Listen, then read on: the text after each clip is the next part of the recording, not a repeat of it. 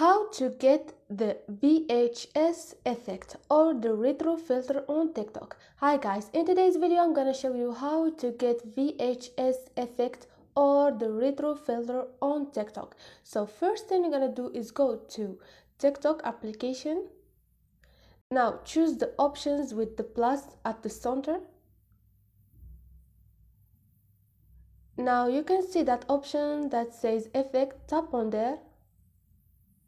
There is a lot of filters, but I can't see this filter on my trendy effect. Now, what I'm gonna do is go out of the TikTok camera. You see that option that says discover, tap on there, tap on search, and I'm gonna tap vintage DV.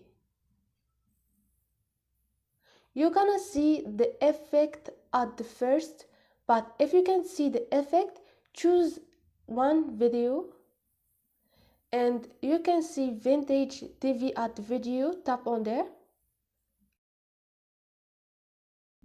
and just tap on try this effect, and that's it. You can use this filter. This is it. If you like this video, don't forget to subscribe and like the video. Bye.